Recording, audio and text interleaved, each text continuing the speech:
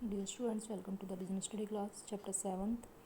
इसकी जो फर्स्ट जो हमने करैक्टरिस्टिक्स थी वो हमने पढ़ ली थी कि कौन कौन सी जो नीतियाँ हैं वो गवर्नमेंट के द्वारा अपनाई गई है। फर्स्ट हमने न्यू इंडस्ट्रियल पॉलिसी पढ़ी थी। अब सेकंड है हमारी न्यू ट्रेड पॉलिसी।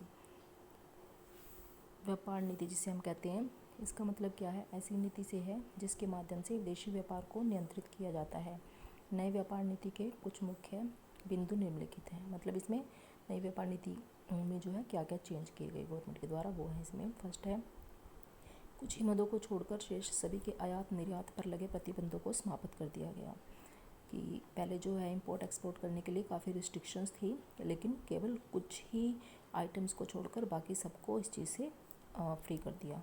आयात निर्यात विधि का सरलीकरण किया गया। पहले इंपोर्ट एक्सपोर्ट करना काफ़ी मुश्किल था, अब उसको सरल बना दिया गया है। काफ़ी इजी, थोड़ी सी फॉर्मेलिटीज़ पूरी करके आप इंपोर्ट एक्सपोर्ट कर सकते हो। विदेशी पूंजी बाजार की स्थापना की गई। निर्यात व्यापार को बढ़ाने के लिए EOU तथा EPZ को अनेक प्रोत्साहन दिए गए। EOU और EPZ क्या है, ये आपने +1 की बिजनेस स्टडी में जो है आपने पढ़े होंगे, तो वहाँ पर आप इनकी डिटेल चेक कर सकते हो। तो निर्यात व्यापार को बढ़ाने के लिए इन दोनों को प्रोत्साहन दिए गए। थर्ड इज़ फिस्कल रिफॉर्म्स, राजकोषीय सुधार जिसे हम कहते हैं। सरकार की आय और व्यय से संबंधित, यानी कि गवर्नमेंट की जो इनकम होती है और जो एक्सपेंडिचर होती है उनसे संबंधित नीति को ही हम फिस्कल रिफॉर्म्स कहते हैं। भारत सरकार के समक्ष सबसे बड़ी जो समस्या थी वो घाटा था, राजकोषीय घाटा। यानी कि हर साल जो गवर्नमेंट है वो घाटे में जा रही थी। घाटे में जाने का मतलब क्या है कि खर्चे अधिक हो रहे थे और इनकम कम हो रही थी, इसलिए घाटे में जा रही थी। इसके सोल्यूशन के लिए क्या, जो हमारे पास फिस्कल डेफिसिट था, जो घाटा था, उसका सोल्यूशन करने के लिए गवर्नमेंट ने क्या किया? तो फर्स्ट है, अधिक से अधिक लोगों को कर दायरे में लेने के लिए आयकर की दर को कम कर दिया गया। मतलब टैक्स रेट जो है कम कर दी गई, जिससे ज़्यादा से ज़्यादा लोग जो है टैक्स के दायरे में आए। सेकंड इज़ कर प्रक्रिया का सरलीकरण किया गया। पहले टैक्स भरने के लिए लंबी लंबी लाइनें लगती थी, लेकिन अब उसको काफ़ी सरल बना दिया गया ताकि हर कोई जो है ईजिली टैक्स पे कर सके। आयात करों में भी कटौती की गई। बाहर से आयात करने के लिए पहले काफ़ी ज़्यादा टैक्स थी, इसलिए लोग कम आयात कर पाते थे। ठीक है, लेकिन इसके बाद इसमें क्या कर दिया गया, काफ़ी ये रेट जो है काफ़ी, इसमें काफ़ी कटौती कर दी गई, जिससे ज़्यादा से ज़्यादा लोग जो है आयात करने के लिए प्रोत्साहित होने लगे और कर के रूप में गवर्नमेंट के पास ज़्यादा पैसे जाने लगे। इससे जो है इस घाटे को कम करने के प्रयास किए गए थे। फोर्थ इज़ मॉनेटरी रिफॉर्म्स, मौद्रिक सुधार जिसे हम कहते हैं। यह वह नियंत्रण नीति है जिसके द्वारा जो हमारा सेंट्रल बैंक है, सेंट्रल बैंक मीन्स कौन सा हमारा central bank? SBI, sorry RBI, ठीक है, रिज़र्व बैंक ऑफ इंडिया। तो रिज़र्व बैंक ऑफ इंडिया आर्थिक नीति के लक्ष्यों को प्राप्त करने के उद्देश्य से मुद्रा की पूर्ति पर नियंत्रण रखता है, और इस नीति में सुधार को ही हम क्या कहते हैं? मौद्रिक सुधार कहते हैं। ठीक। Fifth is capital market reforms, पूंजी बाजार सुधार। जिस बाजार में प्रतिभूतियों का, प्रतिभूति क्या होती है हमारे पास? सिक्योरिटीज़, जैसे हमारे पास शेयर्स हैं, डिबेंचर्स हैं, बॉन्ड्स हैं, ये सब हमारे पास प्रतिभूतियाँ बोलते हैं, इनको सिक्योरिटीज़ बोलते हैं। तो जहाँ पर इनका क्रय विक्रय किया जाता है उसे पूंजी बाजार कहते हैं।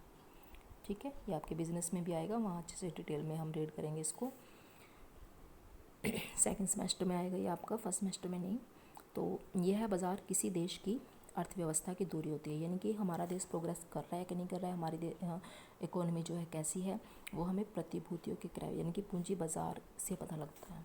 तो सरकार के द्वारा इस बाज़ार के विकास के लिए क्या क्या कदम उठाए गए? सबसे पहले SBI की स्थापना, SEBI की स्थापना की गई, जो security exchange board of India, security exchange board of India, इसकी स्थापना की गई ताकि वो इस बाज़ार पर पूरी तरह से कंट्रोल कर सके।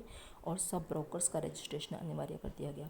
ब्रोकर्स वो होते हैं जो इन प्रतिभूतियों को खरीदने और बेचने के लिए बीच में ब्रोकर का काम करते हैं, तो उन सब का रजिस्ट्रेशन अनिवार्य कर दिया गया।